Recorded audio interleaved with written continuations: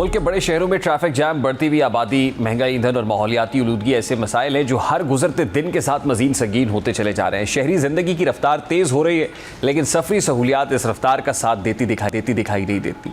यही वजह है कि दुनिया भर में हुकूमतें रिवायती ट्रांसपोर्ट मॉडल से हटकर ऐसे मुतबादिल ज़राए तलाश कर रही हैं जो न सिर्फ सस्ते हों बल्कि माहौल दोस्त भी हों।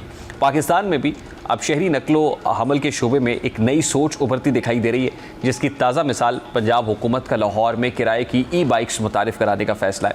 बज़ाहिर ये एक ट्रांसपोर्ट मनसूबा मालूम होता है, लेकिन हकीकत में ये शहरी ज़िंदगी, मईशत, माहौलियात और जदीद तर्ज़ हुक्मरानी से जुड़ा एक जामे मनसूबा है जिसके असरात मुस्तक़बिल में मुमकिन तौर पर दूररस साबित हो सकते हैं। अब जैसा कि पंजाब हुकूमत ने पाकिस्तान की तारीख में पहली बार जदीद तर्ज की ई बाइक्स किराए पर फराम करने का फैसला किया, जिसके तहत इब्तदाई मरहले में लाहौर भर में 10,000 ई बाइक्स और 300 चार्जिंग स्टेशन कायम किए जाएंगे।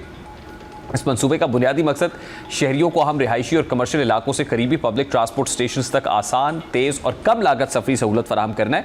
दरहकीकत ये मनसूबा इस मसले को हल करने की कोशिश है जिसे दुनिया भर में लास्ट माइल कनेक्टिविटी कहा जाता है, यानी वो मुख्तसर फासला जो मुसाफिर पब्लिक ट्रांसपोर्ट से उतरने के बाद अपनी मंजिल तक तय करता है, और अक्सर इसी मरहले में उसे सबसे ज़्यादा मुश्किलात का सामना करना पड़ता है। गो कि लाहौर में पहले ही orange line train, metro bus और दीगर सफरी सहूलियात मौजूद हैं, लेकिन इस निज़ाम के बावजूद लाखों शहरियों को अपने घरों, दफातर या तालीमी इदारों तक पहुंचने के लिए इजाफी ट्रांसपोर्ट इस्तेमाल करना पड़ती है। ऐसे में अगर ई बाइक्स का निज़ाम कामयाबी से चलता है तो शहरी चंद सेकंड्स में मोबाइल ऐप के जरिए बाइक हासिल कर सकेंगे और अपनी मंजिल तक आसानी से पहुंच सकेंगे।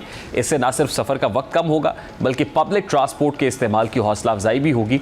देखा जाए तो इस मंसूबे का एक अहम पहलू माशी भी है। पाकिस्तान में पेट्रोल की कीमतें मुसलसल अवामी तवज्जो का मरकज़ बनी हुई हैं और आम शहरी के लिए सफरी अखराजात ज़िंदगी के बड़े खर्चों में शामिल हो चुके हैं। ऐसे में ई बाइक्स एक निस्बतन सस्ता मुतबादिल साबित हो सकती हैं, ख़ासतौर पर तलबा, नौजवान मुलाजमीन और वो अफराद जो रोज़ाना मुख्तसर फासले तय करते हैं, उनके लिए मनसूबा सफरी अखराजात में वाज़े कमी ला सकता है। अगर किराया आवाम की क़ुव्वत ख़रीद के मुताबिक रखा जाता है तो यह सर्विस तेज़ी से मकबूल हो सकती है। माहौलियाती एतबार से भी इस मनसूबे की अहमियत कम नहीं।